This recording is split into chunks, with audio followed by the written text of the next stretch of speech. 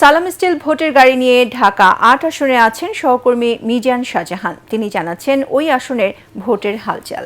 সালাম স্টিল ভোটের গাড়ি নিয়ে আমরা এখন আছি হাইকোর্টের সামনে। এটি সংসদীয় আসন ঢাকা ৮-এর আওতাভুক্ত। এখানে বিএনপির প্রার্থী হিসাবে রয়েছেন দলটির স্থায়ী কমিটির অন্যতম সদস্য মির্জা আব্বাস।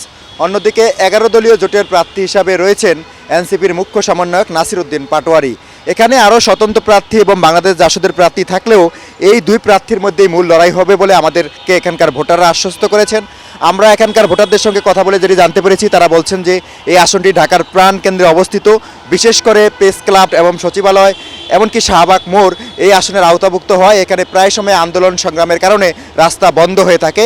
এ কারণে তারা বলছেন যে আগামী দিনের সংসদ সদস্যকে নিশ্চিত করতে হবে যে আন্দোলন সংগ্রামের জন্য যেন এই সড়কগুলো বন্ধ না করে বিকল্প কোনো স্থানকে নির্ধারণ করে দেওয়া যায়।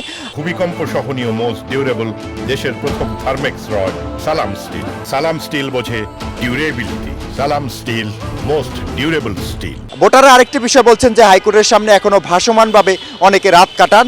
এসব মানুষকে কিভাবে পুনর্বাসন করা যায় সেই বিষয়টিকেও আগামী দিনের সংসদ সদস্যকে বিবেচনা নিতে হবে। সালাম স্টিল ভোটের গাড়ি নিয়ে ঢাকা ৮ আসন থেকে এই হচ্ছে আমার কাছে সবশেষ খবর।